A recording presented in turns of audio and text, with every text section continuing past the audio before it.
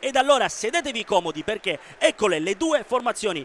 Treviso e Campodarsego entrano in campo per dar via a quella che sarà una quarta giornata che promette spettacolo ed emozioni in diretta su Viva Azzurro e il canale YouTube Lega Nazionale Dilettanti. Direttamente in porta, ancora un tentativo da parte di Scotto. Pasquetto nel mezzo svirgola, poi arriva Pasquato. Il primo intervento di Vadiune che è fondamentale. Con il pallone per Beltrame che salta in maniera egregia il proprio avversario, poi pallone nel mezzo al rimorchio.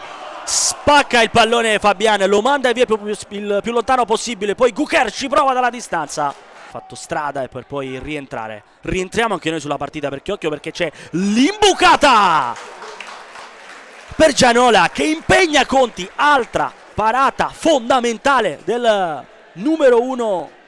Il pallone, c'è tanta stanchezza, è chiaro che si fa sentire adesso quando siamo arrivati al 79esimo anche i secondi. Nel frattempo arriva il guizzo e il gol del Treviso. Pesca dalla panchina Gorini, pesca il gol dell'1-0 con Fedato.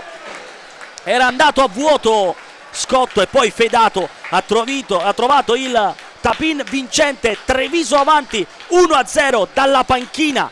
Il jolly vincente Fedato porta in vantaggio la formazione biancoceleste per Artioli. Poi Scotto nel mezzo, il pallone è buono, cade a terra, non c'è il rigore ma si gioca. Scotto si è già rialzato, poi forse sbraccia, Scotto continua a giocare nel mezzo, tutto solo il 2-0 da parte del Treviso che chiude la partita.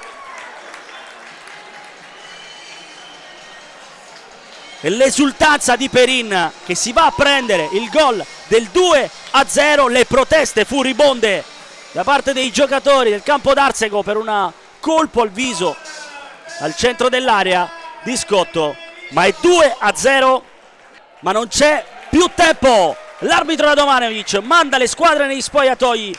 Il Treviso vince 2-0 e si continua a meritare il primo posto di questo girone C della Serie D 2025-2026